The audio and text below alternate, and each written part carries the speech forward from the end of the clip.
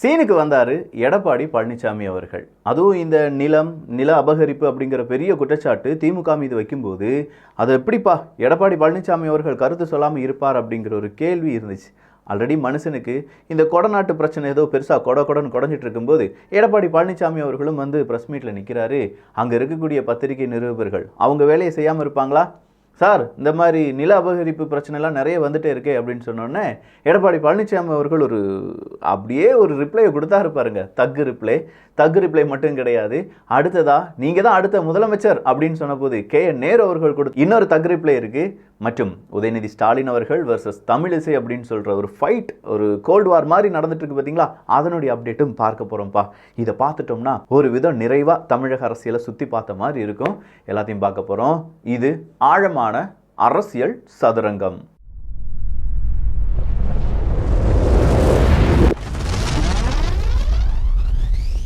நிலத்தை ஆட்டைய போடுவதுதான் திமுகவினுடைய பாரம்பரிய தொழிலே. எடப்பாடி பழனிசாமி அவர்கள் டமாரி போட்டு உடைச்சிட்டார். திமுக வந்தா அது உடனோடு வருவது நில அபகரிப்பு தான். யாவது ஏமாந்து வந்தாங்க அந்த நிலத்தை ஆட்டை போட்டுருவாங்க. எங்க அவங்க வந்தாலே இப்படி தாங்க, நில அபகரிப்பு வந்துடும், யார் நிலமும் அவங்களுக்கு சொந்தம் அப்படின்னு சொல்றது பல கன்ஃபியூஷன் வரும். இந்த நில அபகரிப்பு அப்படிங்கிறது திமுக ஆட்சிக்கு வந்து அடுத்த சில வினாடிகளிலிருந்தே வர தொடங்கிருமப்பா அப்படின்னு சொல்லி எடப்பாடி பழனிசாமி அவர்கள் சொல்லியிருக்காங்க. இந்த நில அபகரிப்பு எந்த பிரச்சனைன்னு உங்களுக்கு புரியுதா? அந்த மாடர்ன் தியேட்டர் பிரச்சனை இருக்கு பார்த்தீங்களா? அதுதான் நாம கேட்ட அதே கருத்துக்களை நிறைய பேர் கேட்டிருக்காங்க. நிறைய பேர் கேட்ட கருத்தை தான் நாமும் கேட்டிருக்கோம் அப்படிங்கிறது அப்பதான் புரிஞ்சு எனக்கு.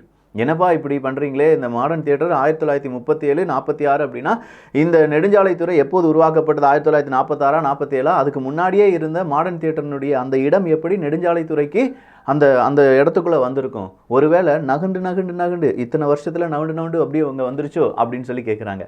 அது எப்படி சார், அந்த ஆர்ச் எப்படி சார் நடக்கும் அப்படின்னு கேட்டால் ஆர்ச் நடக்காது, ஆனால் அரசு அதிகாரிகள் நினச்சா அதை நடக்க வச்சிருவாங்க அப்படிங்கிற மாதிரியான பலவிதமான விமர்சனங்கள் இப்போது வைக்கப்பட்டு வருது.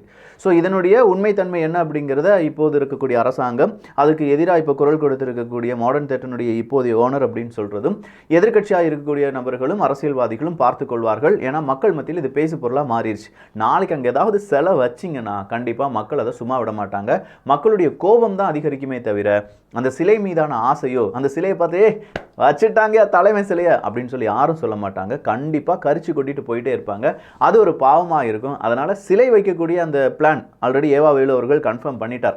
அப்படி ஒரு சிலை வைக்கக்கூடிய பிளான் இல்லை, அதை வந்து நெடுஞ்சாலைத்துறைக்கு கீழே எடுத்து நாங்கள் அதை பராமரிக்க வேலையை தான் செய்ய போகிறோம் அப்படின்னு சொல்லியிருந்தார்ல. ஆனாலும் சரிப்பா, ஆனாலும் இந்த கொழுப்பு பேச்சு அப்படின்னு ஒன்று இருக்குது பார்த்தீங்களா? நீங்கள் வேற தப்பாக நினச்சிடாதீங்க. பாலினுடைய கொழுப்பு, அந்த கொழுப்பை பற்றியான பேச்சு தெரியுமில்ல. நம்ம அசோக வர்ஷினி அவர்கள் நேர்பட பேசு அந்த சூப்பரான ப்ரோக்ராம்லாம் நடத்துகிறவங்க, அரசியல்வாதிகளை நேருக்கு நேராக சில கேள்விகள்லாம் கேட்பாங்க. அவங்களுக்கு மிகப்பெரிய அளவில் ஃபேன் ஃபாலோவர்ஸ் இருக்காங்க அப்படிங்கிறதுலாம் தெரியும். நீங்கள் ஏன் சார் பச்சைப்பாலை நிப்பாட்டினீங்க அப்படின்னு சொல்லி நம்முடைய பால்வளத்துறை அமைச்சராக இருக்கக்கூடிய இப்போதைய மனோ தங்கராஜ் அவர்களை பார்த்து கேட்குறாங்க. அப்போ மனோ தங்கராஜ் அவர்கள் என்ன சொல்லியிருக்கணும்? இல்லைம்மா, அது வந்து 4.5% கொழுப்பு இருக்குது, அதை வந்து 3.5% கொழுப்பாக நாங்கள் மாற்றுறதுக்கு இல்லாட்டி இப்படி ஏதாவது செஞ்சுருக்கோம், ஏதாவது ஒன்று சொல்லணும், அதில் உங்களுக்கு என்ன பிரச்சனை அப்படின்னு சொல்லி கேட்குறாரு. பச்சை பாலை ஏன் தான் நிறுத்துறீங்க? அது என்ன பிரச்சனை உங்களுக்கு? நான் நிறைய பேர் கேட்டிருக்காங்களே பச்சை பால் வாங்குறது என்ன பிரச்சனை? யாரு? மனோ தங்கராஜ் அவர்கள்.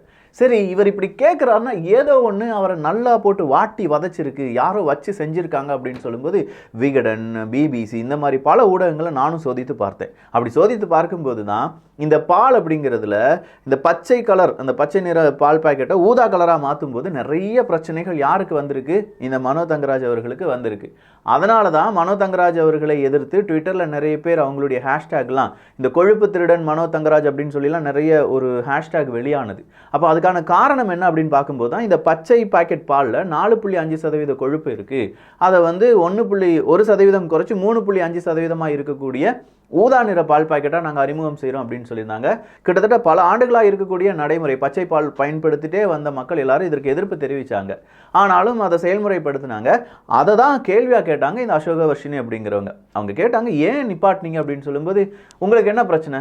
சார், எனக்கு எந்த பிரச்சனை அப்படிங்கிறது இல்லை, நிறைய பேர் கேட்குறாங்க. நிறைய பேர் கேட்குறதெல்லாம் இருக்கட்டும், உங்களுக்கு என்ன பிரச்சனை அப்படின்னு சொல்லி நிருபரை பார்த்து கேட்குறாங்க. அந்த அசோக வர்ஷினியை பார்த்து மனோ தங்கராஜ் அவர்கள் கேட்குறாங்க.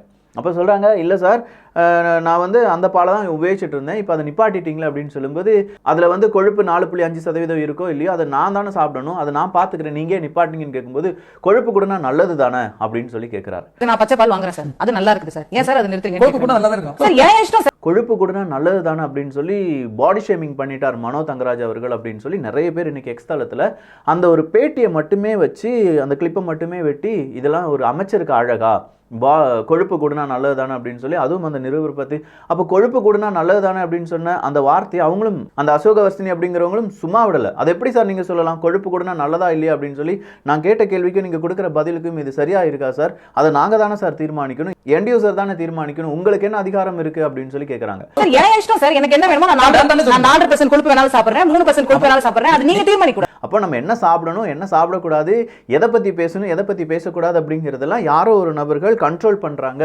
அப்படின்னு சொல்லி அசோகவர்ஷினி அவர்கள் கேட்கக்கூடிய கேள்வியை நம்ம இப்படியும் என்ன செய்யலாம், கொஞ்சமாக என்கோடோ டிகோடோ பண்ணலாம். கரெக்டு தானே, டிகோட் பண்ணி பார்த்தீங்கன்னா அப்படி தான் தெரியும். அப்போ நீ 3.5 பால் தான் அந்த சதவீதம் இருக்கக்கூடிய கொழுப்பு இருக்கக்கூடிய பால் தான் குடிக்கணும், 4.5% பால் கொழுப்பு இருக்கக்கூடிய பாலை குடிக்கக்கூடாது அப்படின்னு சொல்கிறீங்களா?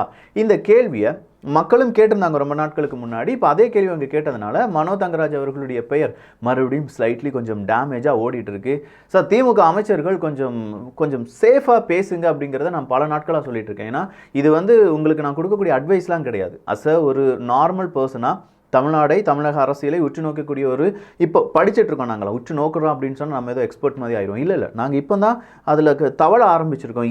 அப்படிங்கிற வார்த்தையை அரசியலில் அப்படிங்கிற வார்த்தையை எழுதுறதுக்கு இப்போ தான் தயாராகிக்கிட்டு இருக்கோம். உங்களே மாதிரி நாங்கள் அரசியல்வாதிகளோ இல்லாட்டி அரசியலை வச்சு வியாபாரம் விளம்பரம் வாழ்க்கை நடத்தக்கூடிய நபர்கள்லாம் கிடையாது.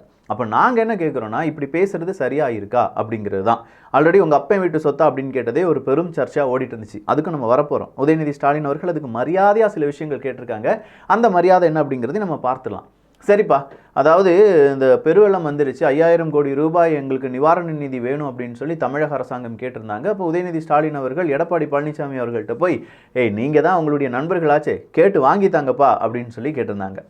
பேக்கப்பா வைகோ அவர்களும் என்ன கேட்டிருந்தாங்கன்னா ஆமாம் அவங்க நினச்சா வாங்கி கொடுக்கலாமே, ஏன் வாங்கி கொடுக்க மாட்டேங்காங்க அப்படின்னு சொல்லி கேட்டிருந்தார். பரவாயில்லையேப்பா, அதுக்கு கீழே நிறைய கருத்துக்கள் கர்நாடகாவில் உங்கள் நண்பர்கள் தானே இருக்காங்க, நீங்கள் அவங்களுக்காக வாக்கு சேகரிக்கலாம் போனீங்கல்ல, உங்கள் நண்பர்கள்ட்ட கேட்டு தண்ணீர் வாங்கி தர வேண்டியதானே அப்படின்னு சொல்லி நிறைய கருத்துக்கள் இருந்தது. அதையும் நம்ம அரசியல் சதுரங்கத்தில் பார்த்தோம். இந்த மாதிரி சர்ச்சைகள்லாம் நம்ம கண்டிப்பாக பார்த்துருப்போம். ஏன்னா அரசியல்வாதிகளுடைய உண்மையான முகத்திரை கிழியக்கூடிய இடம் அது. அப்போ இந்த இடத்துல மறுபடியும் நேற்று சித்தராமையா அவர்கள் கர்நாடக முதலமைச்சர் சித்தராமையா அவர்கள் என்ன தெரியுமா சொல்லியிருக்காங்க, ஏடிஎம்கேயும் டிஎம்கே அங்கே அரசியல் செய்கிறாங்க, நம்ம இங்கே அணை கட்டுறதுனால அவங்களுக்கு எந்த பாதிப்பும் கிடையாது, அவங்களுடைய அரசியல் தான் இங்கே பெரிய ஒரு பிரிவினை ஏற்படுத்துது அப்படின்னு சொல்லியிருக்காங்க. என்ன சார் நண்பர் உங்கள் முன்னாடி இப்படி வந்து பேசுகிறாரு, அதுவும் கர்நாடகா காங்கிரஸ் ஆட்சி, நம்ம சென்ட்ரலில் வர நம்ம அலையன்ஸ் வச்சுருக்கோம், இப்படி பேசுகிறத நீங்கள் விட்டுருவீங்களா? விட மாட்டாங்க. கண்டிப்பாக நான் சொல்கிறேன், திமுக காரங்க விடவே மாட்டாங்கங்க. அவங்க நண்பர்கள்ட்ட பேசி இப்போ நம்மகிட்ட அணையில் நீர் இருக்குது, ஏன்னா மழை வந்துருச்சு, அதனால் நம்மகிட்ட அணை நீர் இருக்குது, கர்நாடகாவினுடைய உதவி நமக்கு இந்த வருடம் தேவையில்லை, ஆனால் அடுத்த வருடம் கண்டிப்பாக தேவைப்படலாமா இருக்கும்ல, அதுக்கு முன்னாடி நண்பர்கள் தமிழ் பேசி அந்த தண்ணியை வாங்கி தந்துட்டாங்கன்னா 5000 கோடி ரூபாய் சரி அவனு எக்கேடு வேணாலும் கெட்டு போட்டோம். அதனால தானே நம்ம மக்கள் ஆட்சி அதிகாரத்தை உங்ககிட்ட கொடுத்துருக்காங்க. நீங்கள் மக்களுக்கு நல்லது செய்வீங்கன்னு நினச்சி தானே மக்கள் உங்ககிட்ட ஆட்சி அதிகாரத்தை கொடுத்துருக்காங்க. அப்போ நீங்கள் தானே மக்களுக்கு நல்லது செய்யணும் அப்படிங்கிற கேள்விலாம் வந்துச்சுன்னா உதயநிதி ஸ்டாலின் அவர்கள், மு.க. ஸ்டாலின் அவர்கள், நீர்வளத்துறை அமைச்சர் இவங்கெல்லாம் என்ன சொல்ல போகிறாங்க அப்படிங்கிறத பொறுத்திருந்து பார்க்கலாம். நீர்வளத்துறை அமைச்சர் அப்படிலாம் சொல்லும்போது தான் நேரு அவர்கள் நம்ம பார்வையில் வந்தார். அவர் வந்தாருன்னா எக்ஸ் தளத்தில் அவர் தாங்க ஹீரோ. ஒரு பக்கமாக பொன்முடி அவர்களுடைய டான்ஸ் எந்த அளவுக்கு வைரல் ஆச்சோ அதை விட வைரல் நேரு அவர்களுடைய பார்வையும் அவருடைய பேச்சும் தான்.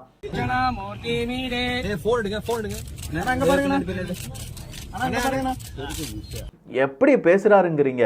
மனுஷன் ஏதோ ஒரு கட்டிட பூஜை, அந்த கட்டிட பூஜைன்னு சொல்லுவாங்கல்ல, அந்த பூஜைக்கு போயிருக்கார். பாவம் செந்தில்குமார், அமைச்சர் செந்தில்குமார் அவர்கள் எங்கிருந்தாலும், தருமபுரி அமைச்சர் செந்தில்குமார் அவர்கள் எங்கிருந்தாலும் வரவும், அந்த வீடியோவை பார்க்கவும், அங்கே வந்து கிறிஸ்தவத்தை சார்ந்தவங்க இருக்காங்களா, அங்கே வந்து இஸ்லாமியர் சார்ந்தவங்க இருக்காங்களா, அங்கே வந்து தீக்காவை சார்ந்தவங்க யாராவது இருக்காங்களா, கடவுள் மறுப்பாதவர்கள் யாராவது இருக்காங்களா, எதுக்கே அப்படின்னு சொல்லிட்டு அப்படி காலெல்லாம் தூக்கி எத்தி உடைச்சு அந்த அவர் தான் அமைச்சர், அந்த வீடியோ இருந்தா போட்டு விடுங்க எடிட்டர். திராவிட கழகத்தை இவங்க சேர்ந்தவங்க எங்க, மத இல்லாதவங்க எங்க இருக்காங்க? கூப்பிடுங்க, சர்ச்சை பாதரை கூப்பிடுங்க, இவரை கூப்பிடுங்க, இமாம் கூப்பிடுங்க, எல்லாரும் கூப்பிடுங்க. ஸோ அதே கட்சியில் இருக்கக்கூடிய நேரு அவர்கள் ஒரு பூமி பூஜையில் பங்கு பெறுகிறார், செங்கலெல்லாம் எடுத்து கொடுக்குறார். அங்கே இருக்கக்கூடிய புரோகிதர், செமையா நீங்கள் என்ன நினைச்சாலும் நடக்கும் சார் அப்படின்னு சொல்லும்போது நேரு அவர்கள் சிரிக்கிறாங்க, பக்காவா டப்பட்டப்பட்டப்பன்னு சிரிக்கிறாங்க. கொஞ்ச நேரத்தில் அடுத்த முதலமைச்சரே நீங்கள் தான் சார் அப்படின்னு சொல்லிட்டாரு. ஐயோ அப்படின்னு சொல்லி நேரு அவர்கள் அலறிட்டாரு. என்னையா அப்படின்னு சொல்லிட்டு சத்தமாகவே பேச ஆரம்பிச்சிட்டார். இருக்கிற அமைச்சர் பதவிக்கு ஆப்படிச்சு விட்டுறாதையா, ஏயா முதலமைச்சர் அந்த பதவியில் அப்படின்னு சொல்லி ஏதோ பேசுறாருங்க. நீங்க நினைச்ச எல்லாமே நடக்கலாம். நீங்க தான வருங்கால முதல்வர். அப்போ அவர் என்ன நினைச்சாருன்னா, அடுத்த முதலமைச்சர் இவர் தான் சொல்லி எதுவும் பரப்பி விட்டுறாதீங்க அப்படிலாம் ஒரு ஆசைங்க இல்லை. முதலமைச்சர்னா மு.க. ஸ்டாலின் அவர்கள், அடுத்த முதலமைச்சர்னா உதயநிதி ஸ்டாலின் அவர்கள் அப்படின்னு தானே இப்போ எல்லாருமே அப்படி ஒரு கட்டுக்கோப்புடன் போயிட்டு இருக்காங்க. எல்லா உடன்பிறப்புகளும் அப்படி போகும்போது நாமளும் அப்படி தான் போக வேண்டும் அப்படின்னு சொல்லி நேரு அவர்கள் அங்கேருந்து சொல்லியிருக்கலாம். இல்லாட்டி அடுத்த முதலமைச்சர் நான் தான் சொல்லிட்டாருப்பா அப்படின்னு சொல்லி ஒரு பெரிய பேட்டி கொடுத்துருப்பார். அதெல்லாம் அவர் கொடுக்கல. அப்போ அவருக்கு அது பிடிக்கல. அப்போ முதலமைச்சர் பதவி பிடிக்காத ஒரு நபருக்கு தான் நம்ம முதலமைச்சர் பதவியை கொடுத்து அங்கே மக்களுக்கு எப்படி அவர் நல்லது செய்கிறாரு, ஏன்னா பதவி மேலே ஆசை இல்லாத ஒரு மனுஷையா நேரு அவர்கள் அப்படின்னு சொல்லி அவரை பாராட்டக்கூடிய நிறைய கருத்துக்களும் என்னால் பார்க்க முடியுது. எது எப்படி இருந்தாலும் நேரு அவர்கள் இப்போது ரொம்ப பெரிய அளவில் அந்த எக்ஸ் தளத்தில் பேசப்பட்டு வருகிறார் அப்படின்னு சொல்லலாம்.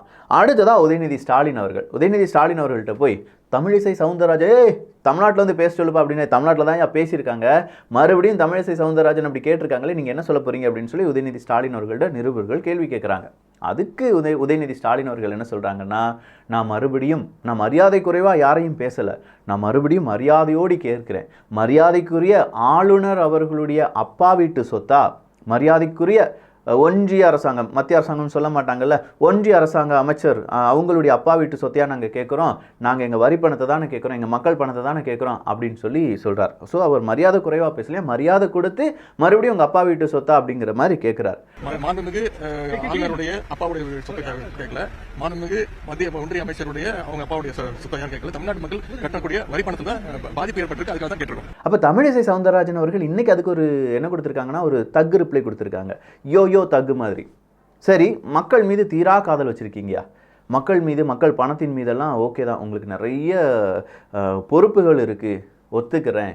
ஆனால் எந்த இலாக்காவும் இல்லாமல் ஒரு அமைச்சராக வச்சிருக்கீங்களே, யாரை சொல்கிறாங்க பார்த்தா அப்படியே கரண்ட் கம்பியில் அணில் ஓடிட்டு இருக்கு, அவர் இருந்தாருன்னா அணில் ஓடுமா அப்படிங்கிற மாதிரி செந்தில் பாலாஜி அவர்களுடைய அவரை தான் சொல்கிறாங்க. செந்தில் பாலாஜி அவர்கள் மீது நிறைய வழக்கு, அந்த வழக்கு விசாரணையில் அவர் குற்றம் செய்திருக்கிறார் அப்படின்னு சொல்லி அவருக்கு தண்டனை கொடுக்குறாங்க.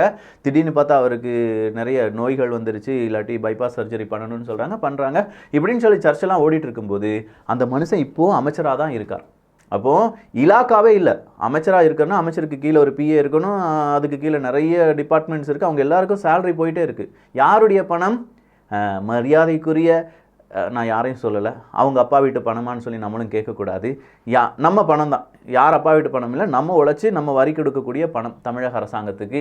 அவங்க அந்த பணத்தை எடுத்து இலாக்காவே இல்லாத ஒரு அமைச்சருக்கு சம்பளம் கொடுத்துட்ருக்காரு, நியாயமா அப்படிங்கிற ஒரு கேள்வியை கேட்டிருக்காங்கப்பா தமிழிசை சவுந்தரராஜன்.